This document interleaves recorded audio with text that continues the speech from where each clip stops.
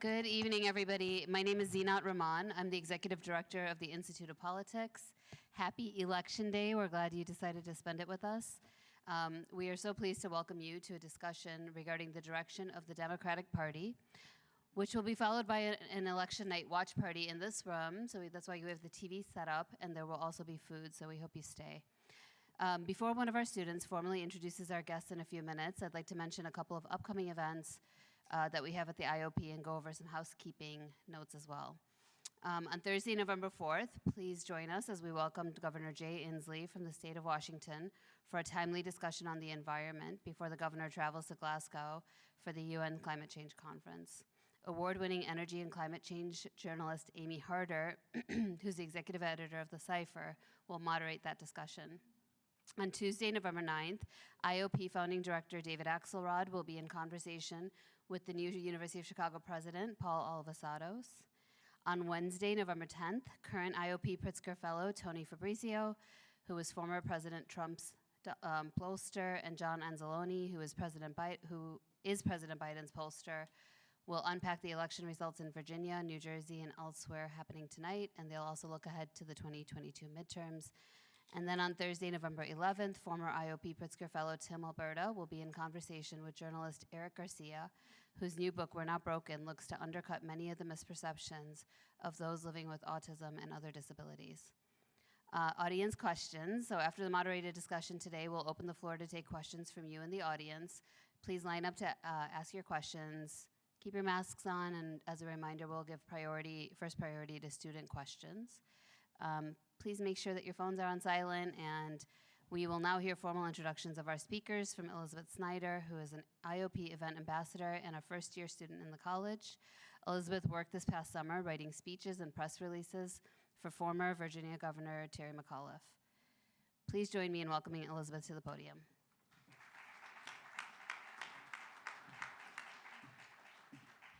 Thank you, and welcome to tonight's Speaker Series event. Tonight we'll hear former New Orleans Mayor Mitch Landrieu and Bernie Sanders' Chief Political Advisor Faz Shakir discuss the direction of the Democratic Party and the tensions within the party's ranks, especially between progressives and moderates, and hopefully they will answer the question, is the Democratic Party in disarray? We're seeing tensions between moderates and progressives play out in real time with congressional infrastructure negotiations and reconciliation legislation.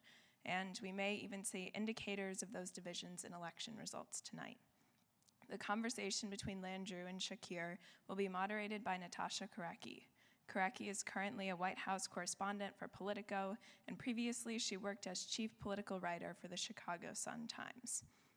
Mitch Landrieu, one of our panelists, is a Pritzker Fellow at the Institute of Politics and the former mayor of New Orleans. In his 8 years as mayor, he helped to rebuild after Hurricane Katrina and the BP oil spill. Landrieu gained national prominence for his powerful decision to take down 4 Confederate monuments in New Orleans, which earned him the prestigious John F. Kennedy Profile and Courage Award. In 2018, he launched E Pluribus Unum, an initiative in the South created to fulfill America's promise of justice and opportunity for all by breaking down barriers of race and class. Our other panelist, Faz Shakir, is chief political advisor to Senator Bernie Sanders and managed the senator's 2020 presidential campaign. He's a progressive liberal and a advocate for Muslim American communities, and he previously served as a senior advisor to congressional leaders Nancy Pelosi and Harry Reid, and also served as the political director of the American Civil Liberties Union. In January of this year, he founded More Perfect Union, an organization to help working people to be seen and heard in media coverage, promoting justice and accountability. After the discussion, please stay to watch the election returns from across the country, including races for governor of Virginia and New Jersey, as well as for mayor of Boston and New York City. And enjoy tonight's event. That Boston races. All right. Thank you, everyone, for coming out today. And yes, we will try to ultimately answer that question. Is the Democratic Party in disarray? But let's start tonight with the I can already tell this is going to be interesting. Let's start today with the Virginia race. It's all anyone's talking about in political circles, and you had some interesting backstage comments as well, Mitch. I'm interested in the fact that Joe Biden won the state by 10 points, and it is razor thin right now. Let's start out with this. Is that a reflection of the White House and Joe Biden's popularity right now? Mitch, why don't you start? I'll put you on the spot. Well, I don't know that we're going to know that until we see the election results and we see the exit polls and ask people what caused them to vote. I mean, that's the honest answer to the question. I actually think it's going to have a little bit more to do with race than it is with whether or not the Democrats were able to deliver. I'm sure that there was some part of it, but as many of you know, they mentioned that I'm working the space of trying to help connect, and I didn't say reconnect, but connect the country across race and class, which incidentally, Bernie's been working on for quite a long time from an economic perspective. And I'm always surprised but never shocked by how many ways people can use race to separate us. So these school board meetings that people have been having around critical race theory, which is not taught in K through 12, that was arguably banned by the Republican candidate, something that doesn't exist before he got into office, is always a dog whistle that has always separated white people and black people, especially across the South, and people in the same class who should be fighting the same common interests are separated by race, and it's an age-old trick. And it lets you know that the issue of race, which we haven't dealt with in this country well with, is alive and it's well. And there is going to be a large measure of people who voted the way they did because they were scared again. Now, some of it may have been related to the fact that the Democrats have not done what they said they were going to do, which was to go to Washington to get something done. And the something is between, right now, 0, 1.75, 3.5, and 6 with a T behind it and everything that's in that mix. And I think that we can justifiably be criticized for not getting it done because we haven't gotten it done yet. And so it's a fair criticism. Now, next week, if we do get it done and Democrats are able to explain what's in the bill and talk about that and the people who were against it as opposed to those who are fighting for what should be in it and should not be in it, Democrats have an opportunity to regain the narrative, but shame on us if we don't. So we'll see. So Fazza, jumping off that point, mainly the point of Democrats should be doing things right now, and getting back to the Biden question as well, if Biden were above water instead of 43, 44%, wouldn't it be a little easier for McAuliffe to be riding his coattails right now rather than trying to stay above water? Sure. Let me first say thank you to the IOP for the invitations. First time I've ever been to the University of Chicago. It's nice to meet you all. I'd like to have, a more thoughtful conversation about the issues around what's going on with the Democratic brand, because that's really the issue at play here. I support President Biden trying to enact his agenda. Obviously, his struggles in getting it done are hurting Terry McAuliffe and probably the Democratic brand writ large. So we have to take a moment and say, if we're worried about elections, right, if we want Democrats to win elections, in my mind, there's a challenge going on. And the challenge is with the Democratic brand writ large. And it has nothing to do, it's related to the governing question. But if we want to win Democratic seats, we got to institute some enthusiasm and excitement out there. And obviously, I don't think that McAuliffe is generally doing it right now. Knock on wood, he will still win despite it. But you still look at the right, and there is a lot of enthusiasm out there. So my view is at a point when you have Democrats holding power, the presidency, the Congress, you got to figure out a way to animate the friction. You are trying to pass an agenda that, quite frankly, is transformational, historic. We can talk through all the details, but there's people standing in the way of it. And there's special interest standing in the way of it. And to my dismay, I think the challenge thus far has been in President Biden trying to execute this agenda and his Democratic allies in Congress. He's having more frustrations with Sinema and Manchin, and those play out oftentimes behind closed doors. And what that has sapped him of is the ability to animate what the fight is around. So when you could have taken as a fight to the American public about, hey, I want to do childcare, I want to do pre-K, I want to take on prescription drug prices in America, you could be animating who's standing in your way. Of course, they've decided that if they want to get this done, they're going to kind of pipe down, they're going to settle it behind closed doors.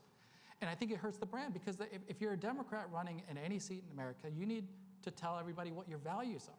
And part of how you convey your values is there's a fight going on. And I guess my struggle with the current Democratic brand is that you often see and feel a kind of technocracy, a wonkery, we're having a competence of government, we're hashing things out, we're working on that. And to an average person who might look at the mess going on in Washington, they say, hey, they seem weak out there. They just seem weak. They're trying to figure things out. Manchin seems like he's the one who's governing the whole damn party right now. Where's the flex, right? And I think that this is where the campaign art blends with the governing art, because you've got the opportunity to now wield power, and I would love to see a little bit more wielding of power. Because when you wield that power, you become a disruptor in Washington. You don't just accept the status quo. You start to change. I would advise the president and Ron Clay and everyone around him is be a disruptor. Adapt being a disruptor. Do things differently. And I don't think that they are, right? And as a result, you don't see them taking on pharma in a major way, right? When you say, and I'm sorry to interrupt, but when you say, let's drill down a little bit on this. So first of all, you're saying that they should wield the power. Who's they? Are you talking about the White House? Yeah, the White House, obviously the leader of the party right now, right? The president is the leader of the Democratic So what are they specifically doing? And this will go right into our central question, which is there are moderates who are complaining that Biden has elevated progressives too much in this fight. It sounds like you are arguing, I'm guessing you are arguing, that's not right. How does he wield that power in a better place? Who does he give that power to in Congress? I mean, what I'm arguing for is some of it is a definitional around the art and the theater of politics. How do you project people becoming more supportive of your agenda? There's an art of persuasion here. And my view is when he's put forward a very popular agenda and you are trying to identify who's standing in the way of it, you've got to take them on. I think, and I actually think, I mean, Mitch, correct me, but I feel like that's an area where the centrists and the progressives actually would find a lot of common ground. It's like, if you're gonna work very hard to reduce prescription drug prices, is it the case that it's so easy to do? No? Well, who the hell's standing in your way? Well, what do you have to say about them, Joe Biden? Do you have like a little bit of anger? Do you have a little bit of frustration about it? Would you like to call some of those individuals out? And in doing so, the journey of passing a reconciliation bill is as important as the destination. If you're able to not only get it done, and people will hopefully reward you for the policy outcome, they'll also see that in doing so, you were fighting for me. Man, that seemed hard. But you were throwing down, you were taking down some powerful actors. And I think from my perspective, you haven't seen the animation of that fight. So you would have liked to have seen Biden specifically call out some of these pharmaceutical companies and some of the head of them. Of course. And you could go down a variety of industry. He's taken on fossil fuel industry, am I wrong? He's taking them on, right? And what wouldn't you want to see a president of the United States say, hey, if you're going to put forward this agenda, which is bold, why not just call them out? Say, hey, you know who's stopping me? Those guys who are funding these politicians, they want to keep polluting the earth. They want to, essentially destroy future generations of planet life on this planet. I think in general, just for a moment, real quick, in general, the wielding of power around this. Take Afghanistan. There's a world in which you lean into that. You're already doing the hard work of trying to extract yourself from Afghanistan. Say, hey, I made this call. I don't care. Yeah, generals advise me. Generals advise everybody. Guess what? I made that call. And would any other president up here make that decision? It was hard. It's tough. I made that decision. There's a lean into it. There's a flex. There's a wielding of power. Look at the labor strikes all across America. You have workers standing up. Kellogg's, Deere workers. You ever heard anybody standing up for them? Any Democratic senators? Any Democratic presidents? We're working on it. I'm pushing them to do so, but why not? That's a wielding of power. Hey, there's some courageous workers taking on a powerful company. I stand with them. Okay, let's turn to Mitch a little bit here and get you back into the conversation. So, I am curious about this whole theme of Biden ran as a moderate, and throughout his campaign, we all know he kept saying, I believe that the majority of our party is really more to the middle, and it is not as far left. There are a lot of moderates now who are very unhappy with where Biden has gone. They think he has empowered people like Bernie Sanders too much and Jay Paul too much, has gone too far to the left. I'm curious what you say to that. Has he gone too far to the left, and what kind of dangers that possibly brings? Right. Well, first of all, let me make a couple of obvious points to help frame this. I don't disagree with anything you just said, by the way. Number one, I'm not from Washington, D.C. I don't represent anybody in the National Democratic Party. I'm a local mayor that was the head of the United States Conference of Mayors and see the world from the ground up, not the top down. So that's first. Second, every Republican that's in Congress right now, I think, it's a kind of an absolute statement, but I think is against 0 votes for anything that the Democrats are trying to do. So when we talk about the Democrats being in disarray, if I were out there and I was the mouthpiece, I would be focusing on the people who are giving us 0, not the folks who are necessarily trying to argue about what it is that we want to get. And I think that we've missed that opportunity to create the narrative that, in fact, Mitch McConnell is sitting on his hands doing absolutely nothing to provide health care benefits, to provide dental plans for seniors, to give early childhood education, to deal anything with the climate, any of that stuff, so that the country really understands who is really actively doing nothing to help the country go forward. And once that is true, then trying to figure out how to get the Democrats together to do a thing. And so what Foz was alluding to was, as I think you said, the political theater of how you use power. And one of the things Donald Trump, I thought, did particularly well, although I thought he was a really venal president, was he basically said in no uncertain terms, I have power, and I'm going to use the power to help you. And I don't care about the law. I don't care about anybody. I'm going to use my power to help you. And I'm going to go to the mat to do that. And he communicated that to the folks who voted for him. And the idea of I'm going to use the presidency to help you is a very powerful message that has to be delivered and can only be delivered by the President of the United States. That's number 2. Number 3, there is a difference about how people talk when they're campaigning and what they can say, when they can say it, what kind of rhetoric they can use, and what kind of power they can use once they get to be the president. That's not an excuse, it's just an observation. So, to the answer to your question, it's very interesting because when Joe Biden was running, as you may recall, he ran against Bernie and a whole bunch of other people, and he was the self-proclaimed moderate. You know what? He won. The progressive did not win. The progressive lost twice. And I have a very high regard for Bernie Sanders, by the way, and Elizabeth Warren. But in terms of electoral politics, you could forgive somebody for saying, well, if the power is someplace, shouldn't it be with the people who won? So Biden gets elected, and now he's got to think to himself, what kind of president am I going to be? How much time am I going to be in the office? What do I really want to do? Do I want to be, you remember this, a transitional president? Meaning, am I going to lay the groundwork for the future of the party to come? Or am I going to be a transformational president? Well, I think the progressive wing of the party has got to be happy with how Joe Biden has responded to their request. And I think that Congressman Jayapal and Ro Khanna and all of those guys would say, I'm really kind of impressed that Joe Biden has leaned so forward on climate, on health care, on all of these things. And that he actually, and by the way, I think that the Progressive Caucus has actually done a better job and looks more mature and thoughtful in the way that they've negotiated than the moderates that are in the House, I think, and especially the other day when Congressman Jayapal came in and said, look, we're in, we're voting. We're going to pull down on the, if you don't, we won't. We're going to do both of these, and we're going to let the president go deal with Senator Manchin and Senator Sinema. I thought that was very strategically smart.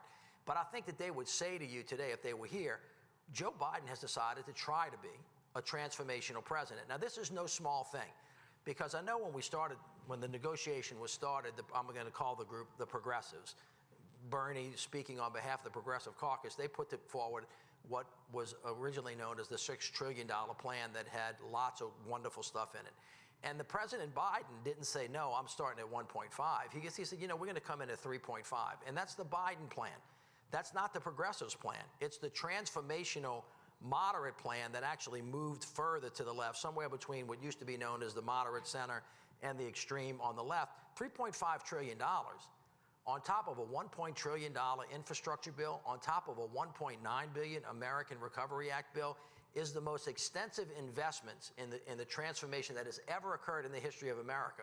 That is transformational. And by the way, even at 1.75 plus 1 plus 1.9, that is dramatically different than what anybody thought we were going to get when Biden got elected, much less when Trump was the president. So I would say to the Democrats, could somebody learn how to take yes for an answer? And let's get this done, and then do I think what Faz says, which is instead of talking about the numbers, can we talk about how transformational this is? My criticism for these guys, and now I'm talking about X's and O's. I'm not talking about running for office and talking about what you're going to do. I'm not talking about being in office and hoping what you can do. I'm talking about what you now know you should be able to do with the votes that you have.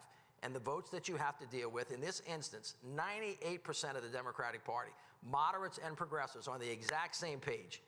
And there are only 2 people and a couple of moderates in the House that are against it. So that in your answer to your question, the Democratic Party is as united as it's ever been on a $1.75 trillion, $1 trillion, and an American Recovery Act bill in a way that we've never been before. So let me intervene. Let me just finish the statement, and I will. We have done not a good job, we the Democrats, all of us on the local, federal, state level, telling the story about what it is that we are doing and who we're fighting for. And as a consequence of just dragging everybody down to the ground, we do look weak, we do look ineffective, and we have not yet done what we said we were going to do, which is to fix the problems in the country. Now, this could potentially change on a dime if this week, for some reason, the House passes both of the bills and then the Senate does what we hope that they're going to do, and then all of a sudden we can get behind this. But the fact that it's taken so long, it's taken so much energy, it's taken so much time, we've gone through self-proclaimed deadlines that we've blown through where we have overpromised and underdelivered, that is never good in politics. And we have got to get back on track because we can win this argument, the American people are for it, and you have to go tell them what you did. And if you can get that done, that's not about moderates versus progressives. That's about the Democratic Party against the rest of the Republicans who are 0 on this particular issue. I'm Faz. sorry. Thank you for letting me finish. So Faz, let's say this all passes, all these trillions and trillions of dollars. Does this get more Democrats elected in 2022? I hope so, but not necessarily. I mean, we have to govern for policy, and we need good policy outcomes because we give a damn, and we want people's lives to improve. That is what we're there for, right? You sit in office so you can deliver outcomes for people, but it doesn't necessarily 100% all the times translate into political success. The political success is a different question that we have to hit head on. And that's where we get into the art and the theater of how you are communicating to people. If you look at the right, they're fighting Biden's agenda, but in Virginia to this day, right, today, are they talking about Biden's agenda? No, not really. They're talking about critical race theories, mass mandates. They're talking about populism in their own ranks. Why are they talking about that stuff? They're listening to whatever people are telling them on the ground when they go to school board meetings or when they're organizing. I don't think I make judgments about it, but I don't think that this is the decision like 4 or 5 months ago that they would have decided this is the message we're going to hammer. No, they evolved that message and they said, oh, you know what? We're just going to listen to what our activists are saying. We'll see if it works out for them, but it certainly has generated some excitement and passion there. So my point is, on the flip side of that, if I ask you right now, what gets a Democratic voter out of their seats? What excites Democratic voters? You have to answer that question. If you're talking about campaign politics, what gets you excited to go vote? And I don't think we got a great answer on that one. I hope it will be that, yes, we passed stuff and there's a record to run on. I would like the Democratic Party to reckon a little bit more with the populism and why I believe in Senator Sanders and the agenda so much. Yes, there's a policy argument and that he wants to offer a direction for this party, but he's also arguing that we need to build ourselves around a populist instinct. We need to listen to people and emanate from them, understand what the passions are that excite them. That's why I have been honed in on like some of the labor strikes around America, because they're telling you, that's what excites me. I'm getting out, I'm challenging my employer. I'm fighting for better wages and conditions on the job. You are supposed to be a labor party, right, Democrats? Like, oh, you're supposed to speak for, if not for you, then who? Who is going to speak for me? In some ways, this is where the Democratic Party is held to a higher standard, right? It's like, think about a union at a workplace versus management at a workplace. Does the worker think the management's always going to be on their side? No, that's the Republican Party. But they do think the union's supposed to be on their side, right? And so you're supposed to spend some time fighting for the people for whom your values are most connected with.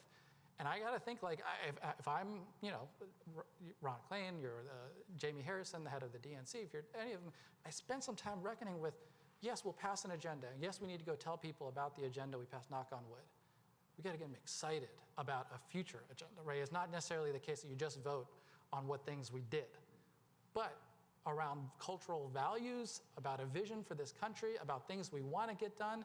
what gets people excited and motivated to turn out? And and there's a deeper question, we can go into it, but I do think that reckoning with that question is really important. I think that's right. I think that if you kind of drill down and give yourself a little time to think about that, the Democratic Party should represent the idea of diversity as a strength in America and the working class. And those two things have not always converged. If you look at who the folks in labor unions voted for, I think that a lot of folks in labor voted for Trump. Now you ask yourself, well, why would they do that? If the Democratic Party was the party of the working class, well, the white working class, maybe, all of a sudden here comes race. Really, who's right now the head of the union in Chicago is giving the mayor grief about masks, right? You see the same thing in New York. And then you start thinking about race and labor. All of a sudden you start splitting the Democratic Party because the party, especially in the South, is a party of, that's dominated by African-American women. That's why I keep telling people I don't think we can have a conversation, but we're going to get better if we start thinking about how race and class have been used to separate people. The Democratic Party should be the party of working class people. As a matter of fact, this bill, whatever size it comes out in, whatever the investments are a dramatic investment in working class people in America. It's not an elitist bill. It is for people. Now you go ask yourself, well, since we did that, and we tell you about it, why it doesn't animate you to vote for us, why you vote against your own financial interest, is an interesting question that we have to really grapple with in this country. And some of that has to do with class, some of it has to do with race. Now, one of the challenges that the Democratic Party has is one of the reasons why we could succeed, which is that we are the party of the future, the party of diversity, understanding that in 2040 this is going to be a majority-minority country, but then figuring out what that really means and how you get that. So this is Fez, you weren't in this conversation, but you could have been. In the Hillary Clinton campaign a couple of weeks before it happened, I was in the Clinton campaign headquarters, and they were having a big fight. We were having a big fight about where to target, our work. And half the room said, target your base, forget about the white people. And the other people in the room said, no, don't forget about the white people, because they're white people who are Democrats too, and you can't just target your base. You can't just go to everybody that you think is going to be for you. You have to go for other people as well. You have to reach out. You have to be expansive. Some people said, no, we're going to be a base party. And other people said, if you count, because this is really about numbers. Now this is about math, real math. And this is one of the challenges that President Biden has had. 50 senators, and he's got 2 that he needs that think really differently from him. And so you can say, go blow them up. That might work. You might be able to go to West Virginia and intimidate Joe Manchin into being a certain way, or go to Arizona and tell Kristen Sinema. Or they might say, you know what, I think I'll just become a Republican. So now we got 52-48, and you can't even get a bill to the floor. So although we do not disagree about this, but I think that you have to be very strategic and ask yourself, if I'm doing the math and I'm in the Senate and I'm counting, how am I going to count? Now, if I'm in Louisiana and I'm running for governor, I'm running for the United States Senate, I might count differently about where I'm going to go campaign than if I'm campaigning in, let's say, New York or California. And I think we have to be Democrats have to be really smart about that and thinking about where you're going. And then when you actually get into the governing space, and I think this is kind of now again, I'm not in Congress, so I don't mean to talk like I know what they're talking about in the background, but I'm guessing some of these moderates are saying to people, if you make me cast that vote, I'm going to get beat, and a Republican's going to be in my seat, so count whatever 435 is minus 1. And then when you start counting how many votes you need to pass, whatever it is, make sure you know that I'm not going to be here. And I think they're struggling with that. The hard challenge they're having on the governing side of this reconciliation, and this is why it's important to understand the decisions. They're good people, right, in the administration. They're good people trying to make good decisions, and it's just a matter of judgment. So here's the judgment question, and you should all think about, where do you lie on this one? So there's going to be a Senate bill put forward, and it is Joe Biden's agenda.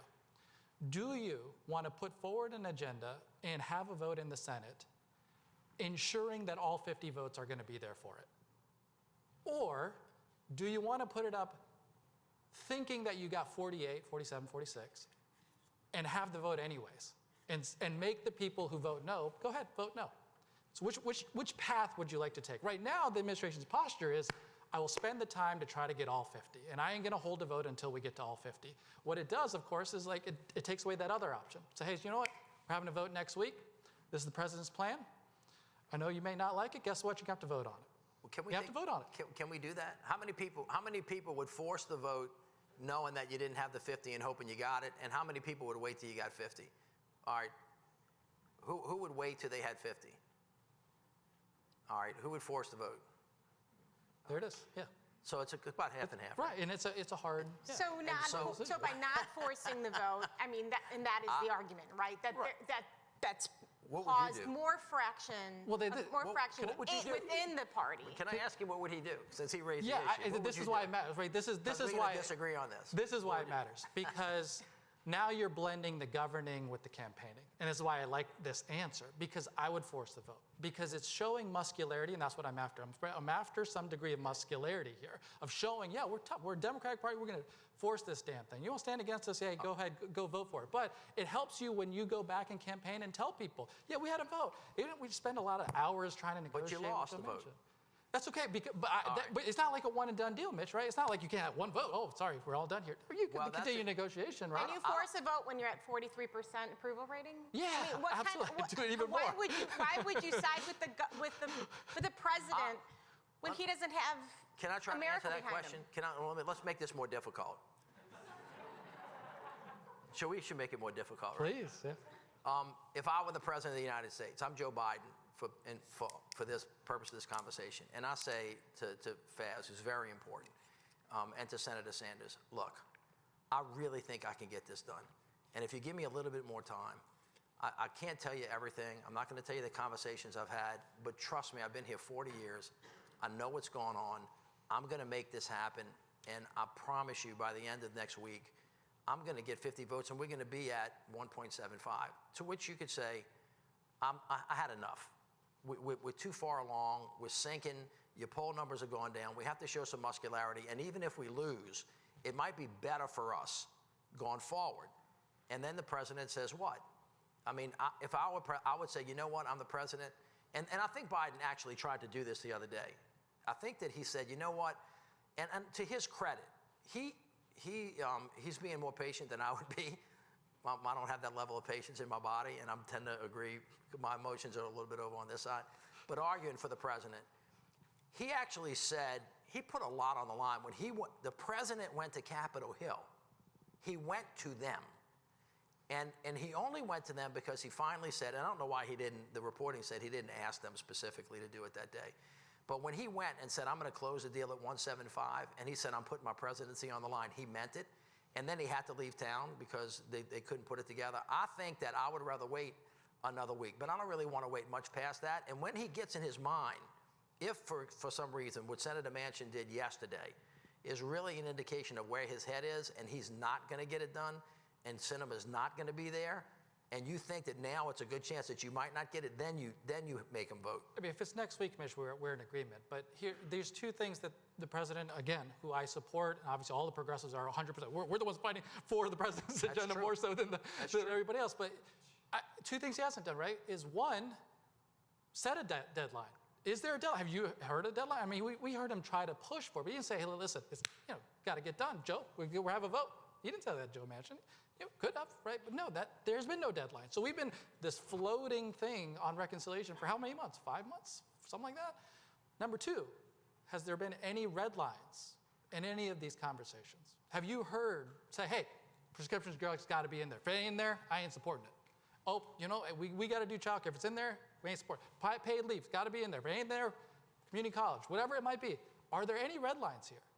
Corporate tax rates got to be X. No, there's no red lines, there's no deadline. Guess what happens? Oh, they're jerking him around. They're just keep jerking him around for as long as they want, right? Like, who's going to tell Manchin, hey, deadlines and votes? Answer the question that I was trying to ask before, which is, has that ended up hurting the party as a whole by dragging this out and having them fight? 100%.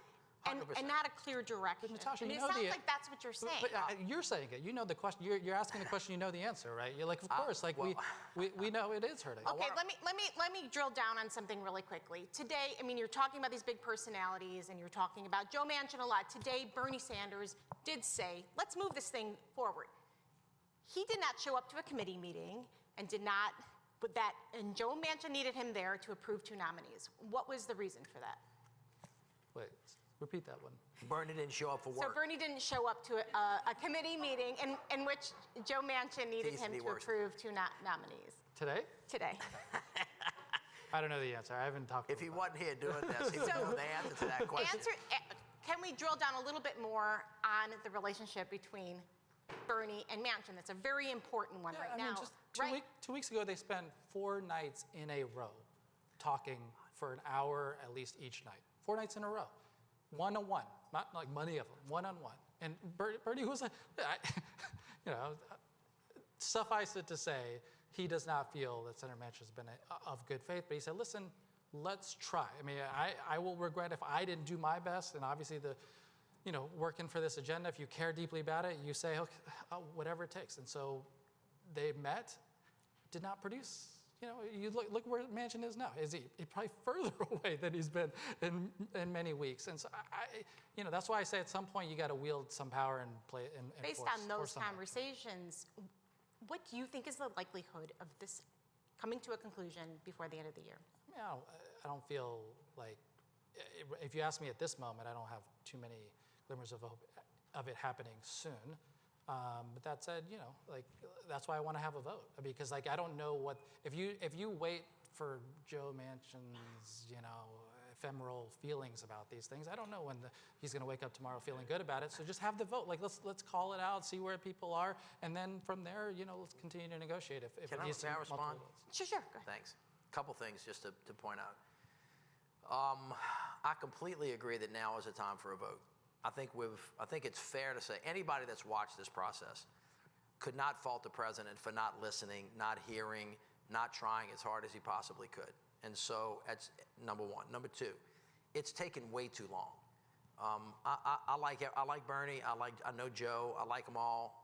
I do think the progressives, by the way, have really operated in good faith, and quite to my surprise, they have acted in a really politically mature way beyond their years, because the Progressive Caucus is fairly young. And I think they've been fairly sophisticated. And I think Congressman Jayapal has really been eloquent on TV, and has explained herself in a way that Senator Sinema has not. Now, to Joe Manchin's credit, he has, for the most part, been pretty clear about where he is and obstinate about moving forward. And he's been less than clear about where he is in the last week, but you got to give him credit for saying, this is who I am and this is what I'm thinking about. I'm worried about the debt. I'm worried about inflation.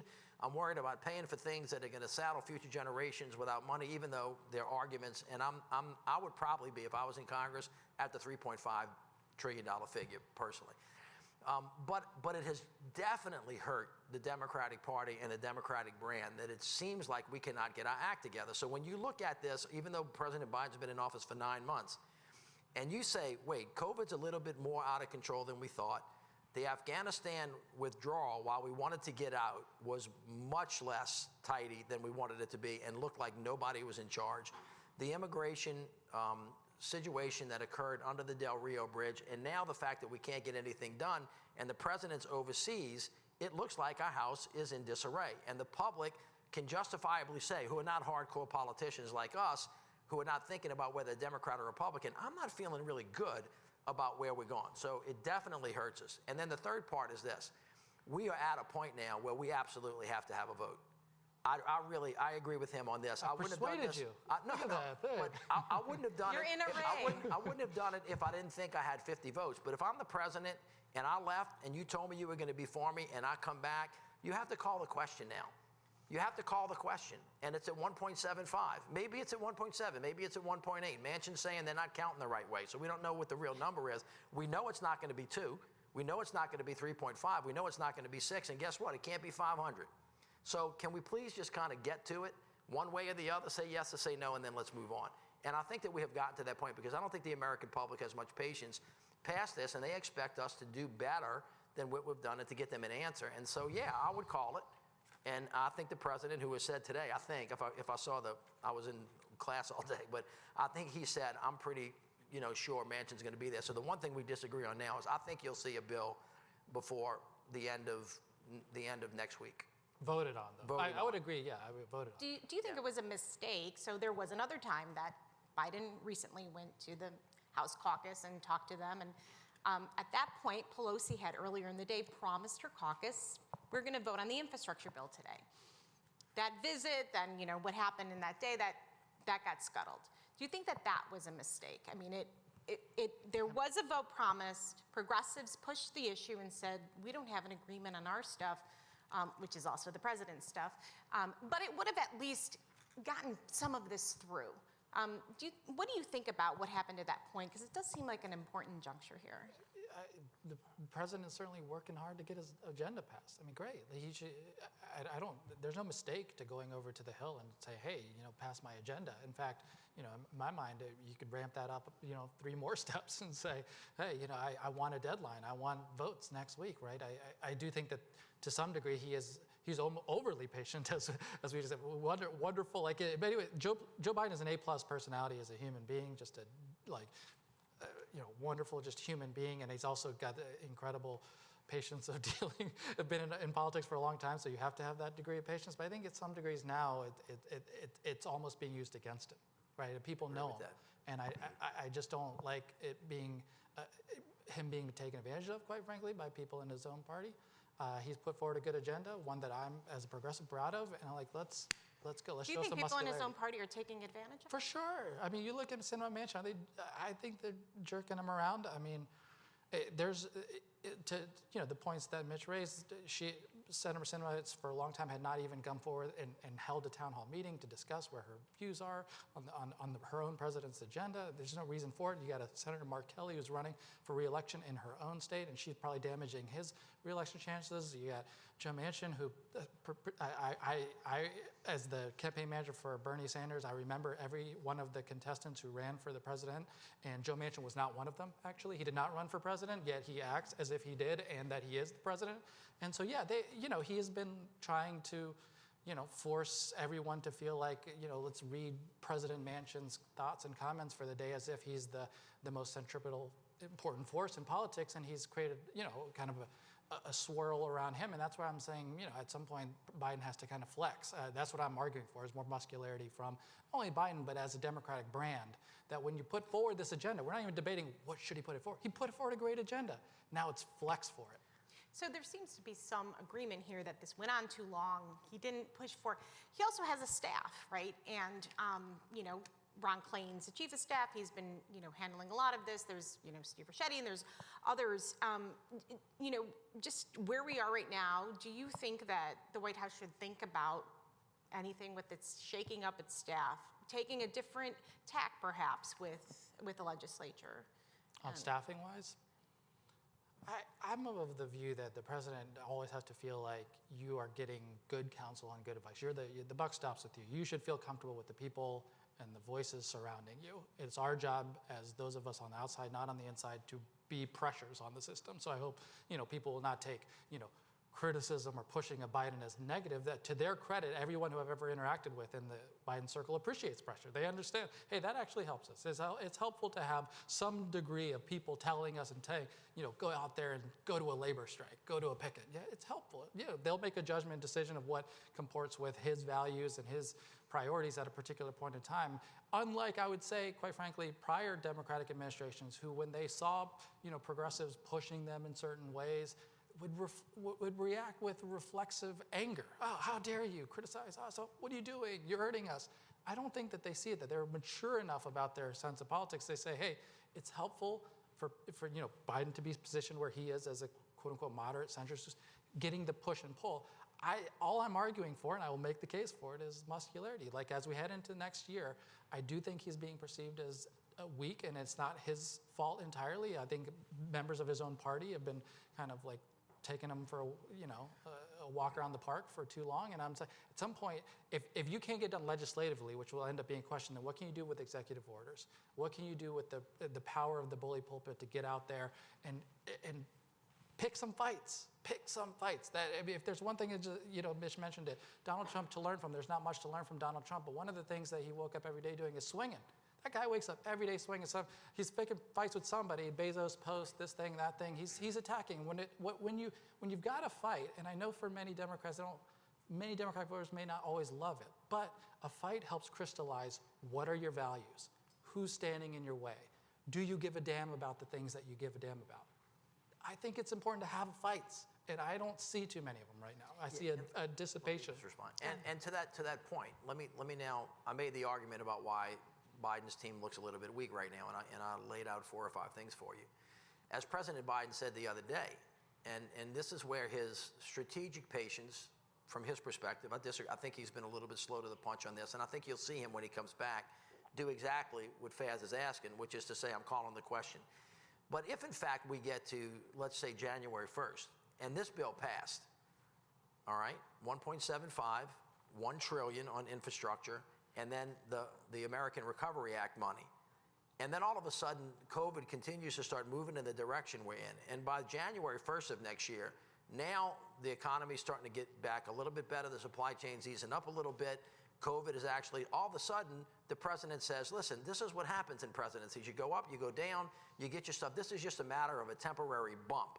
The challenge right now, is this a temporary bump that we're going to get past next week, or is this what we're going to look like going at infinitum? Because then all of a sudden the narrative from the other side is that he's older, he's not competent, he doesn't have a good staff. By the way, he's got a great staff.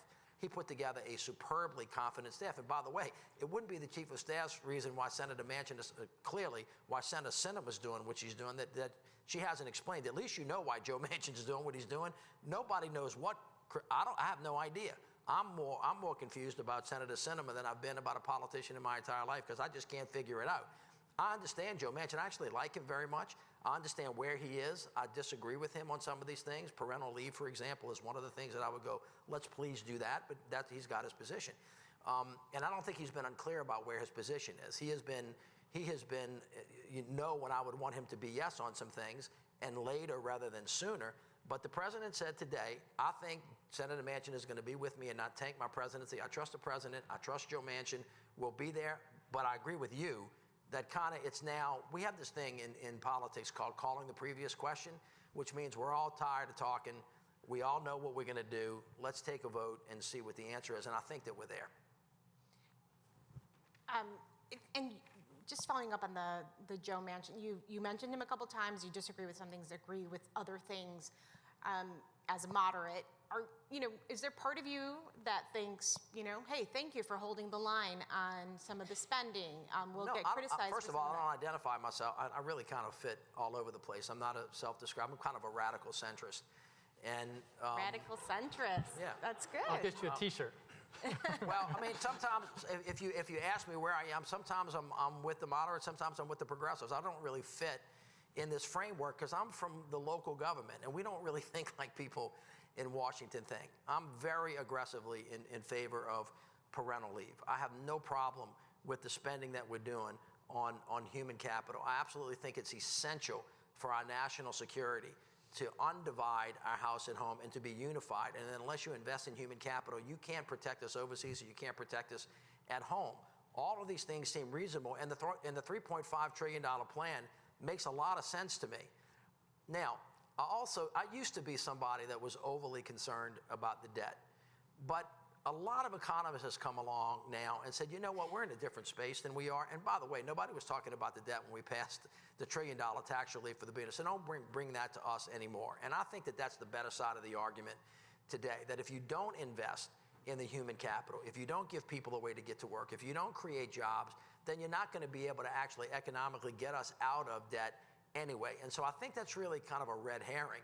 And so I understand a moderate from a district that's got 40% Republicans that don't think they're going to get elected. I understand what they're saying.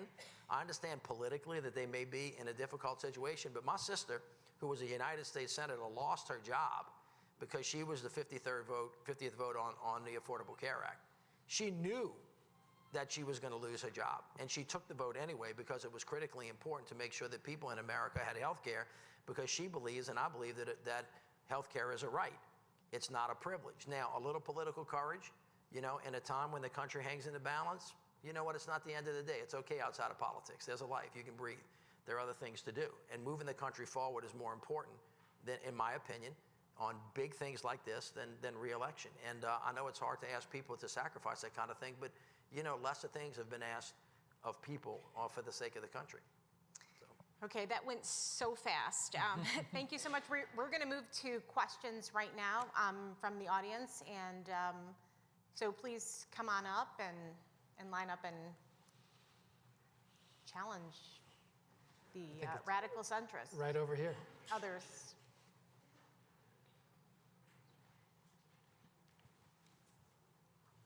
Hi, my name is Annie Henderson. I'm a first-year graduate student at the Harris School of Public Policy, and I'm going to apologize before because I think my question's going to sound a little cheeky. Why are Democrats so bad at messaging? You were both clearly great communicators, but why as a party can Democrats not get a message that is pithy and stays with people and motivates people to come vote for them?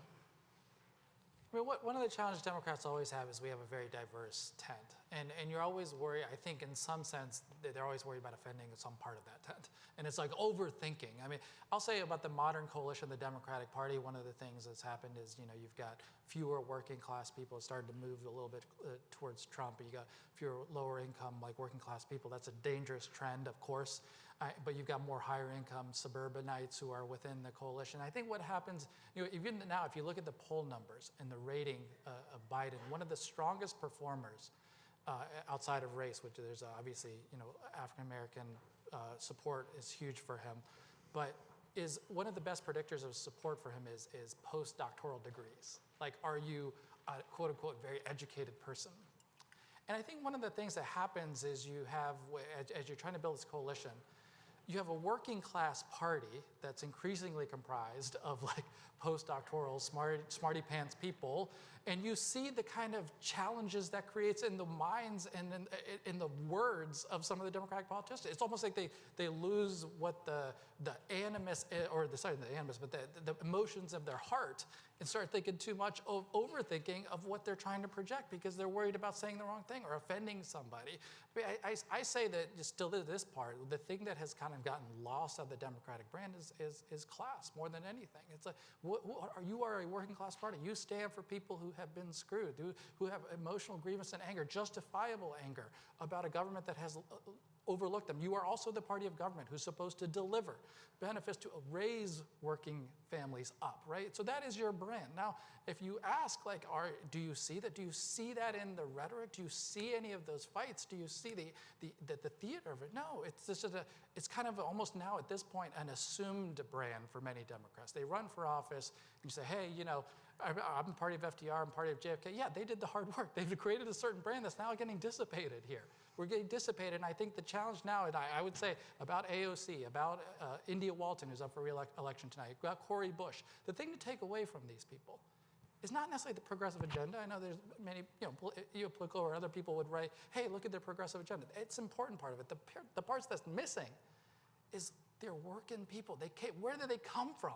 Oh, they were just working. There was a bartender a day ago. They were out there on the street. There was a nurse.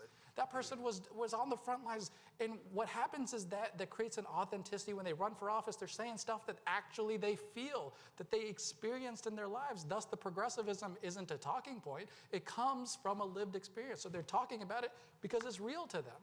And guess what? Those candidates are really good candidates. So I would urge, you have different viewpoints on a variety of issues, but the party needs to invest back into identifying candidates who come from this place. Not like you had a lot of money and you came from a nice, wonderful family, or you're well connected to Chuck Schumer or Nancy Pelosi. No. Put that aside. We got to do some grassroots building here. We got to not only, what does it mean to be a Democrat in this day and age? Is there anything asked of you besides giving $5, $10, $15 every quarter? Is there anything asked of you? Like, at this point, shouldn't we have some civic association in America where we are thinking about, I am in solidarity with others who think like me. We go to do things together. We talk to each other. We do book clubs together. We go to events together. I think on the right, if you look at conservatives, they've got civic association, my friends. They've got churches, they've got gun clubs, they've got homeschool associations, religious schools, whatever the case might be. There's civic association. If you look at the left, we are missing some of that, and it's hurting us in our recruitment. It's hurting us in being a grassroots party, and it's time to rethink the whole darn thing. And it's not an accident that the Republican Party has that. They started that 30 years ago. They actually have something called ALEC, American Legislative Exchange Council. They have the thing called the Federalist Society that actually has produced a number of Supreme Court judges that are about to eviscerate civil liberties for people in this country. And so, yeah, we have to do, and this is one of the things that I think President Obama was criticized for when he was the president. I loved him. I thought he was a great president. But one thing he did not do was spend a lot of time building an apparatus on the ground. And so if you look at how many legislative seats were lost, how many statewide elected seats were lost, how many candidates didn't get recruited, we did a fairly poor job. The Democratic National Committee did a fairly poor job of that across the South. And if you want to beat these folks, you got to organize. And by the way, when you're campaigning, and I would just, this is, take it from a guy that's run non-races and only lost 2. You got to go everywhere. You have to go, in Louisiana, you better go to every, we have parishes, not counties, but you better go to every parish because we run, the way it works in Louisiana, it's called a guerrilla primary. Everybody runs against everybody, Republicans and Democrats. And if I just ran a base election and I stayed in New Orleans because I know that I could clean that clock and get 98% of the vote in New Orleans, and I didn't go to St. Tammany or St. Bernard, to other places that I'm not going to win, right? I'm going to get beat 90-10. But if I go, I'm going to get another 20% or 30%, which means I don't have to get 98% in New Orleans. So it's all about math.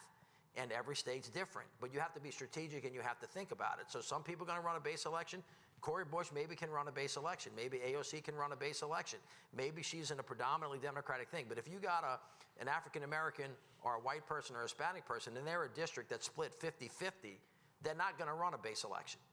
They're going to have to run an election where they can actually encourage people who are not necessarily like them to vote for them. And you have to figure out, you know, which one of them you're going to do in those respective places and be smart about it. Okay, let's get some more questions. Thank you. My name is Zachary Leither. I'm a first year in the college. My question's a rather blunt one, but do you think that American voters are politically savvy and aware enough to look past, you know, a party's name and vote for candidates based on their individual stances and voting records? Yeah. In general, yeah. Yeah, I would say so. Yeah, he won in a place that many Democrats would write I don't off.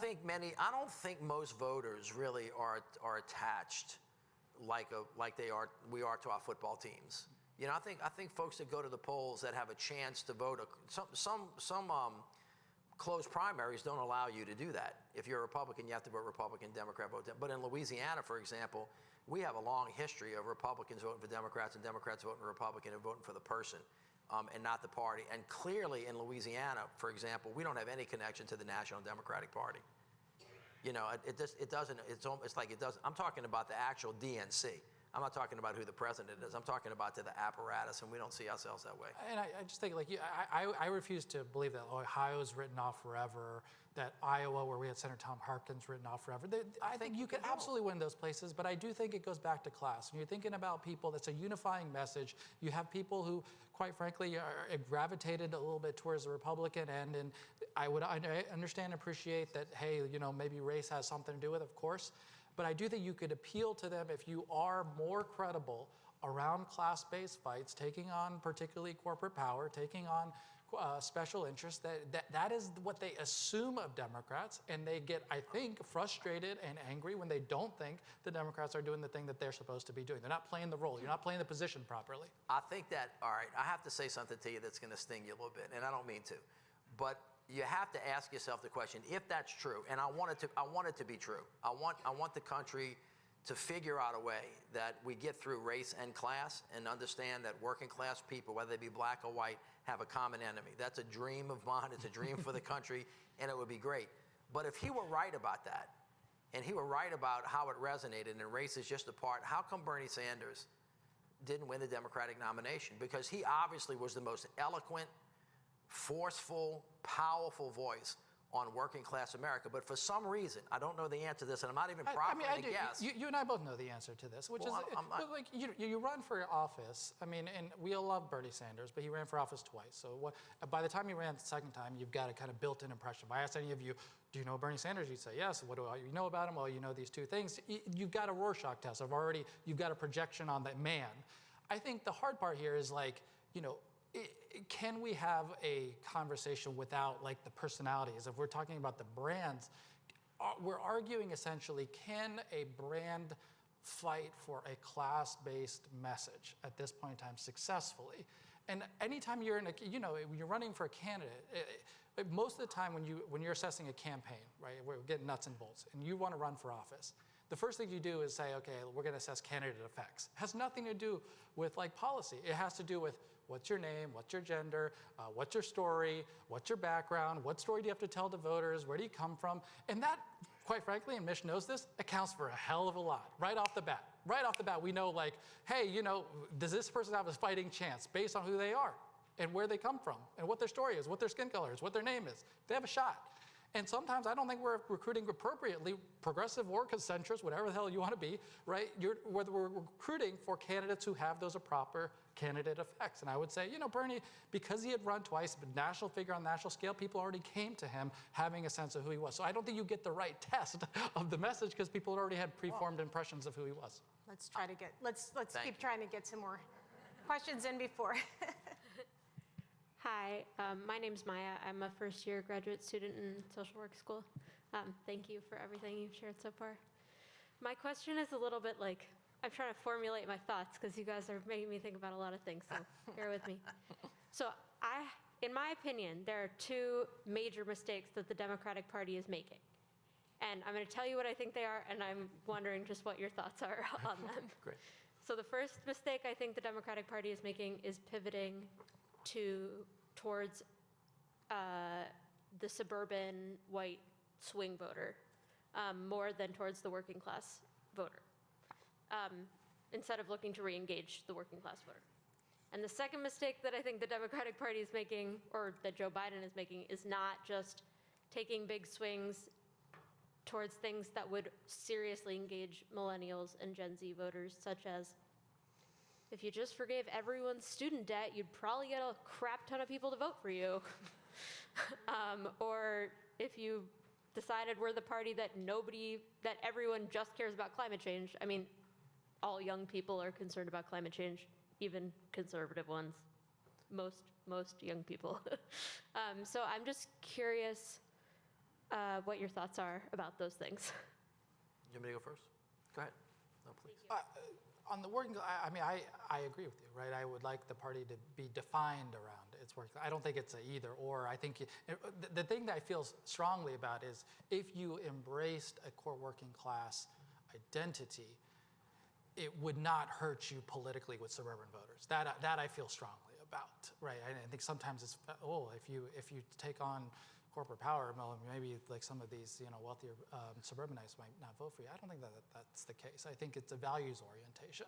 That's what they're really honed in on, and I think honing the brand, the value of what a Democrat is really important and enhancing it. And I would say Biden is improving that because he's identified the core fights that are very popular, and he's trying to move that agenda. And I wish everyone else would get on board with it.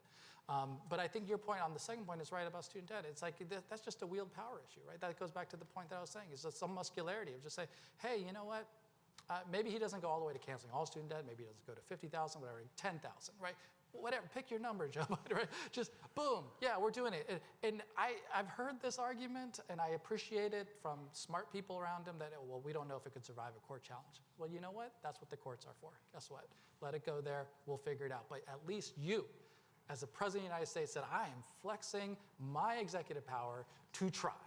And then, hey, of course, do what the courts do. But I am trying. I am fighting for you. And that is part of the part. 12 minutes, you got to Yeah, respond. I want to check us on a couple of assumptions that we make when we label people, and we do this all the time because folks like suburban people, white working class people, black working class, et cetera, and make sure that we know what we're talking about because when you say rural, you think white. When you say urban, you think black. And in the South, that's just not true. And by the way, when you say suburban in Louisiana, that is where the working class folks work. They left there because they left the city. And they are working class. They worked at Avondale Shipyard. That's where they worked. And so, when you say you don't want to go into suburbia, but you want to go into working class, at least in Louisiana, it's one and the same thing. It may not be that way, let's say in Cambridge, but it definitely is there. The other thing too is in the African American community, and I want to really just kind of send this out there and remember that you heard it here, that just to progressives who, white liberals mostly, who were thinking that, wow, we become minority, we're going to be more progressive. That is not necessarily true.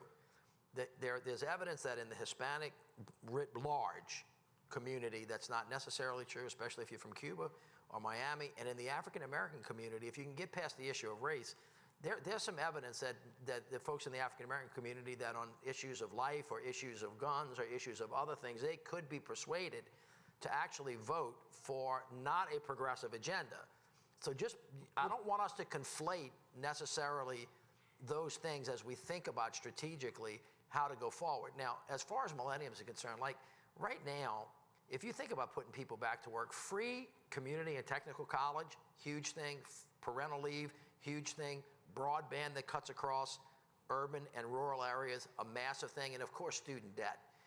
All of those things I think are critically important, and I agree with you about Donald Trump actually did this other thing. Now, this is a man who is completely oblivious to what the Constitution says, and I wouldn't run roughshod over it, but if there's a question mark, and you think that you have an arguable case, and you can defend it constitutionally, then I would go ahead and do it, and then let the courts decide. I don't know that I would spend my life trying to do something extrajudicial and then daring the judiciary to go back, but I think you can bend a little bit on that. Let's get the next questioner up. Hi, my name is Ibrahim Rashid. I'm a Master's in Public Policy candidate here at the Harris School. First of all, Faiz, it's so good to see someone like you with the platform that you have as a fellow Muslim and Pakistani American. So very inspired by all that you have achieved and the ideas that you have pushed forward, especially myself as a self-described progressive. So thank you. The question that I have for you, you asked us, what motivates Democrats to go out and vote? And I've kind of been sitting and thinking about that. And I just wanted to ask you guys, as people who are involved in national Democratic politics, just your ideas on this specific issue.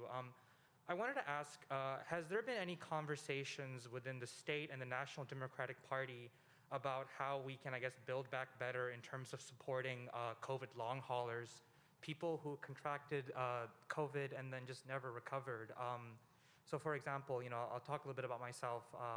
I'm 24 years old. A year ago, I got COVID, no pre-existing conditions, and I just never recovered. COVID wrecked my heart, put me in like $30,000 of medical debt, and is the reason why I now use a cane. As I've been in policy school, kind of like shuffling in and out of school, going part-time, then dropping in and out, I've been thinking a lot about how can policy be used to support people like me to build back better, especially as we're kind of coming out of this other leg of the pandemic. So kind of just with that in mind, I just wanted to ask you guys, as people who are involved in both national and local Democratic politics, have there been conversations about how to support COVID long haulers? And if not, what are your guys' ideas? And once again, thanks so much. Thank you. First of all, thank you for the kind words, and man, it hurts to hear your story, but thank you for sharing it. On the policy, two thoughts came to my mind immediately. In fact, there's elements of the reconciliation bill that would actually have significant impact. You think about healthcare expansions, both through Medicare, Medicaid, making sure people don't pay subsidies, just having ensuring that everybody has access to insurance. That's something that's actually in there, which would be really beneficial for people who are struggling or falling through the gaps. The second piece is the home care piece, which is like if people fall into a situation where they need care at home now, you don't have to go to an institution, you don't become institutionalized, you might be able to get quality care at home with that person hopefully earning a living wage. So I think there's some elements of it. But the other piece that came to my mind is like, when I was talking about the civic association of what it means to be a Democrat, I do think that you have a values orientation, and part of that values orientation is service. And I think that's what we're missing. When you think back to olden days of like the Peace Corps and AmeriCorps, right? At core of Democratic brand identity is the idea of public service is a good. And if you were kind of being kind of big think here of like, what does the Democratic Party do? How do you get people enrolled in the Democratic Party? Not just being a financial contributor, sure. But like, what could you do? I think the service has to play a key part of it. And I'm thinking of like, individual, like we're in community together. That's a value of the Democratic Party. We're in solidarity together, and we are, going to enlist and try to do service on the weekends, and we'd like to go out and do things in the community. And you could write a whole list of things that we could do. That's civic association. That's coming together as people. That's living your values. And I think in a world where I would hope that a Democratic Party isn't more than just like a partisan identification in which you vote or give a financial contribution, it's something deeper. I would think hard about that. What is a service component? That, by the way, is part of the thing that motivates the Civilian Climate Corps, right? That Alexandria Ocasio-Cortez and Bernie Sanders have been fighting for, is just the idea that, hey, people, pretty young generations want to give a service to the country. Let's give them the opportunities. And by the way, when they do that service, When you have people enlist, you know what happens is you have people intermixing of race, you have people intermixing of different backgrounds and cultures, different income classes, things that quite frankly, we, in this day and age, we've created so many bubbles for ourselves. We don't do those. And to allow for those places where, quite frankly, labor unions used to play these kinds of roles, intermixing of different ideologies, of different backgrounds, and this is where we come together and we share our values.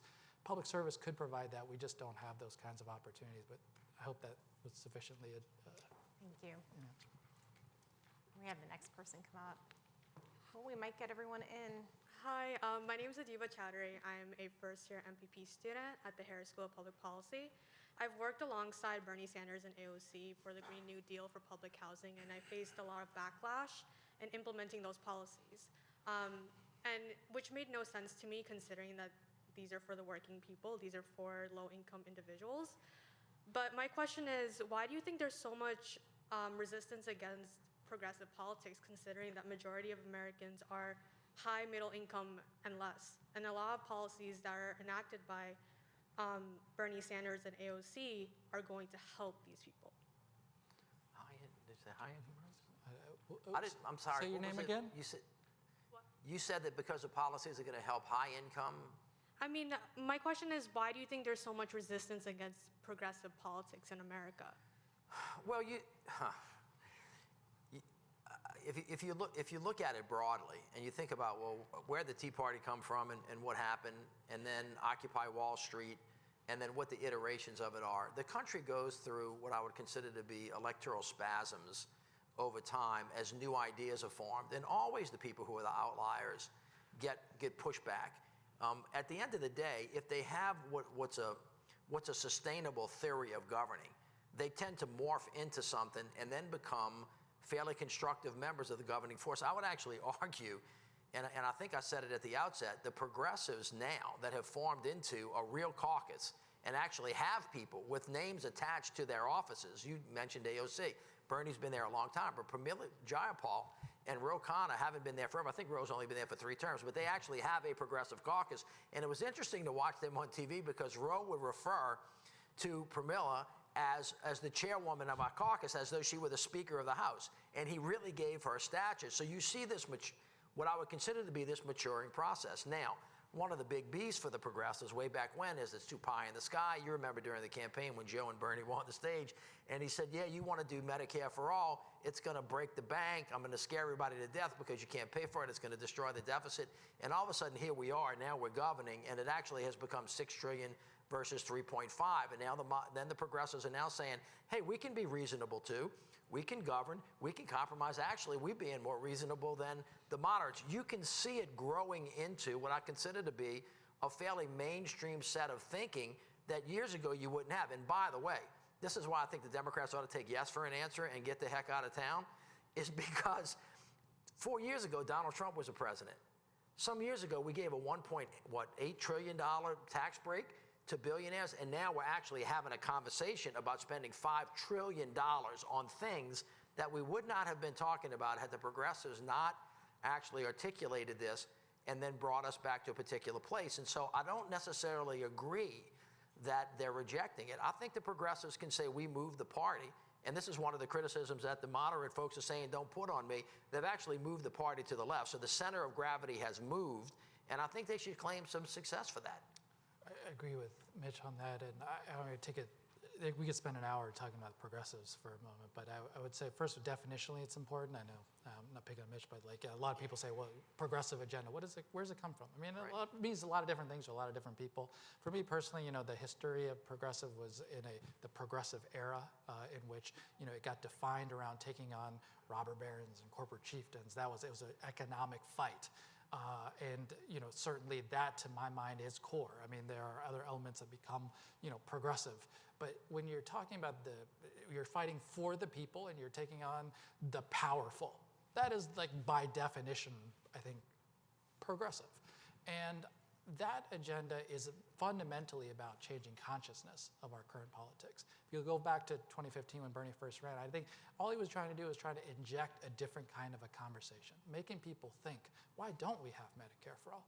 Why don't we? right? Like, well, let's think about the system that you live in. You go in the hospital, you get billed, and you don't even know how much it's going to bankrupt you, and you're going to get charged 3 months later, and what the hell? You didn't even know how much it was going to cost when you went in. Why are they skimming money out of this system? Why are they screwing with your lives? Well, he's changing your consciousness. And I think he's done that in a variety of ways, changing your economic consciousness, almost returning it back to I think the brand of what the Democrats are, is this fight over power, powerful actors, and a fight for the people. And I think that fight is winning. That's what you should take away from it. I mean, I get that we're always in struggle, always in struggle, right? You're putting up the next fight and the next fight and the next fight. But over these past 5 years, no doubt in my mind, has changed the consciousness of this party. It's become far more grassroots than it has been in any time in the recent past. It has now putting forward an agenda on the main stage that is for the people, and then the fight continues. So, I think over the next few years, Mark, we'll see if this turns out to be the case. You'll have more progressives in that Congressional Progressive Caucus running, and then ideas around public housing. So start to change. Why don't we have more public housing units in America? Why? Consciousness changing. Why haven't we created them? Because there's a racist history to it. Mitch knows well, though, at some point it was deemed, that's black housing. We don't do that. We ban creation of public housing units. Why? Let's revisit that. Let's change that norms. And that's what the progressive movement is doing, is causing, I think, the entire Democratic Party to assess. And we'll make judgments, maybe land in a different place, but at least there's consciousness questions going on that I think for a while we were not even having those debates. I would only add to that, I agree with everything he said, but it's a warning. Take it as this. If we do not deal directly with the issue of race and figure out how to get through it and get to the other side and what that really means to the African American community, I would answer the question a little bit. I get what Bernie said, but there's a reason why the African American community in the South said, I don't equate this aggressive move to working class to me. There's a different consciousness out there about that. Now, it's an uneasy alliance. There's also a reason why African Americans say, I hear you talking to working class people, but when you don't say black and white working class people, what I hear you saying is white working class people. And so what I'm saying is that race continues to be a divide in this country that we have not, as white people, really thought about, accepted, addressed, and actually gone through. And the African American community is justifiably concerned, as they always have been, about, are they talking about me when they're talking about working class? And I think that we can't skate by that, or we're never going to get to where Bernie wants us to get, which is making sure that working class means everybody. And and when you say, by the way, populism, in the South, that doesn't hit people's ears the way that it necessarily hits them in the Northwest or the Northeast. Let's sneak the last one in because I know we're over time here. Hey, I'm very happy I made it. My name is Nicole Martinez. I'm also a master's student for Harris School of Public Policy, and this is actually for a radical centrist. I'm actually a little bit skeptical on the centrist part of Democrats because in the last couple of years there has been a disillusionment from Democrat voters. You have seen them turn out less and less in voting. So from a local level, how can we activate them again to be interested and to trust the Democratic Party again? Yeah, the reason I shouldn't identify myself because I don't really fit in any of those categories. And those categories, they don't reflect my full thinking on it. I'm a reformer. I don't think there are any systems that are sacred. I always think that you want to try to find another way. So he and I may agree, for example, that health care is a fundamental right. We may disagree how to get there, but we're not going to disagree on the fact that we have to get there, and sooner rather than later. And I do think that you have to talk, if by centrist you mean I'm a milquetoast person, I don't really think anything, I'm always going to try to find middle ground, and I'm going to try to find a way to make everybody happy, you're going to get run over. And you should. And you should stand for principles, and you can make sense. And by the way, you have to govern and you have to get things done. I keep saying I'm a local guy because I was a mayor. And when you're the mayor, you don't have theoretical discussions about how to fill a pothole, turn on a street light, make sure that you solve a murder, figure out a way actually to get people in a specific house. Not figure out theoretically, do we need low-income housing? Actually having a house, building a house, getting the person, and making sure they're in there in a fundamental way. If you're thinking about ending homelessness for veterans, you actually have to find the people in point-in-time surveys and go under the bridge where they are and actually tell you, hi, I'm Mitch, what's your name? Can I help you get to another place? That's why when people are arguing about being progressives and liberal, I'm like, look, can you find me just a person that can get it done and help me find this problem, and I need the money to do it, and by the way, it's got to be there next year? That's what I'm looking for. I don't really care what you call me. That's why I keep saying, these things don't really fit into my... And I think that when you do those kinds of things, when you speak the way Faz is talking about, and then you actually deliver, and then you actually show people what you did, then you say to people, this is what I'm talking about. Don't you want this too? And that's where you actually start to convert people. I do actually think, though, and he's completely right about this, if you want to win, you got to work at win it, which means you have to recruit good candidates. And then you have to have a good message. And then you have to have a good theory. And then it has to be something that resonates with people. And then they'll return you to office because you're helping them. And I think that it's really not that much more complicated than that. It's just really hard to do. And it takes time, it takes investment, it takes some kind of strategic patience, and then it takes, at the end of the day, what he said, and I think he's correct about that, people want to know that you're using your power to improve their lives and that you're willing to fight for them. And if you can encapsulate what it is that you're trying to do with a message like that, you will win more often than you'll lose. The challenge for progressive, this is where I differ on his take on Bernie, is that he's got very high approvals among the African American community. It's not that they don't like him or they hate him. It's that there's two things going for progressives that are hard. One is, if Democrats are the party of government, progressives are definitely the party of government, right? Like, you are essentially arguing for a role of government that arguably hasn't even been seen in modern history. Right. When you talk about Medicare for all, we're talking about Medicare, and expanding that government out. And for many people who are disillusioned, to your point of like, how do you reach people who aren't with you, disillusioned about the role of government. But they're disillusioned about the role of government. They've gotten to the point where I don't think government can even do that. It seems incompetent. They're feckless. You put them more in charge of healthcare? We're fighting that fight. So there's this deeper fight for progressivism that has to be about government can do shit, right? That's a hard one. And then the second fight is a political one, which is like, I haven't seen that style of person win office in my lifetime. That, I think, hurt us as a campaign, right? Bernie, that sounds good. I like that. There's a lot of things going for that. I can't remember anybody running for president that looked like that or sounded like that or did things like that, right? And that will always be the case that's dogging progressives until you eclipse it. You know what I mean? Until somebody breaks that barrier, until you win. And I think that increasingly there's more flowers popping up around the country, so I'm sure it's going to happen. But you got to kind of break that bubble and give people a shot of presenting it. I think it's coming, knock on wood. All right. Thank you so much. Well, thank you, everyone, for this wonderfully stimulating conversation. Thank the two of you so much for this. And everyone, those who want to stick around afterward, please do. And thanks for showing up tonight. Thank you, guys. Thank you. Thank you. I appreciate it. Thank you. It's fun. Nice to see you. Thanks. Thank you. Yeah, appreciate it.